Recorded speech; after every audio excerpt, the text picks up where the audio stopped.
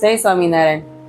ગામડે જઈને એટલે માવડીઓ એમ કહેશે કે સુરત વાળી બાયુને તો કઈ કામ જ નથી, શહેર વાળી બાયુને તો કઈ કામ જ નથી.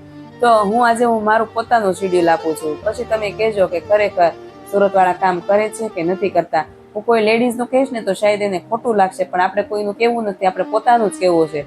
તો માવડી સાંભળો તમે, હું 4 વાગે જાગું છું અને કલાકથી 1.5 કલાક ભગવાનમાં કાઢીએ છીએ સવારમાં, જે બધા કાઢતા જ હોય. અને પછી બેસી કપડાં ધોવાઈ જાય એટલે થાય ટિફિનનો ટાઈમ. અને ટિફિનમાં સવારમાં 2 બાળકો ભણવા જતા હોય તો 2 બાળકો અને સાથે પપ્પા, તો 3 જણાનું ટિફિન થઈ ગયું. ગઢિયા સાથે રહેતા હોય તો ગઢિયાનું પણ કરવાનું, અને તોય 9 વાગી જાય એમાં કરવામાં. અને પછી હવાનું રૂટીન કામ શરૂ થાય છે, જે ચોખ્ખાઈ રાખવાની હોય. ભાડે રહેતા હોય તો ખાસ કરીને નકર મકાન માલિક પાછો એને ખાલી કરાવે, એક જવાબદારી થઈ ગઈ. પછી 10-10:30 લેડીઝ નવરી થાય છે અને બસ થોડીક ફ્રી થાય અને થોડાક બાળક માટે ટાઈમ કાઢે પોતાનો, અને જે લેસન કરાવે છે, હોમવર્ક કરાવે છે. અને પછી થાય છે બપોરનો ટાઈમ. ફરીથી બાળકો હોય, બપોરની પાળી હોય તો ફરીથી 2 ટિફિન બનાવે છે બાળકો માટે પણ, કારણ કે એને 5 વાગે છૂટવાનું હોય એટલે. અને એ ટિફિન બની રહે પછી બપોરનું રાંધે છે, બધાને જમાડે છે. ઘરવાળો ટિફિન લઈને જતો હોય તો વાત અલગ છે, પણ જ્યારે ગઢિયા હોય અને પોતે હોય તો પોતા માટે રાંધવું તો પડે જ. તો એ રાંધી અને કપડાં સંકેલીને 2-2:30 વાગી જાય છે, તો ઘડીક લાંબી થાય છે, જેથી કરીને આરામ કરે.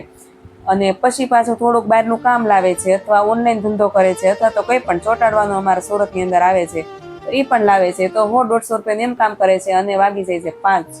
અને ફરીથી બાળકને લેવા જાય. ગાડી આવડતી તો વાય છે, નકર તો પછી ચાલીને તો જવાનું જ છે. નજીકમાં હોય તો લેડીઝ વાન પણ નથી બંધવા દેતી હો.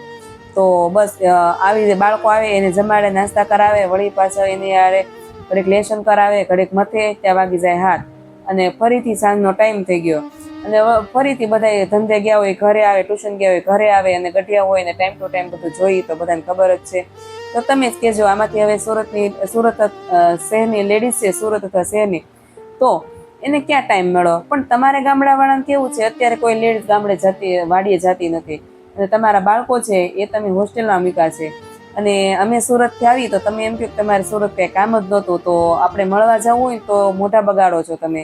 મળવા જઈને પછી મળીને આવીને તો તમે 2-3 દિવસ તો બોલતા પણ નથી. આ મેં મારી નજરે જોયેલું છે. તો આવું કેમ?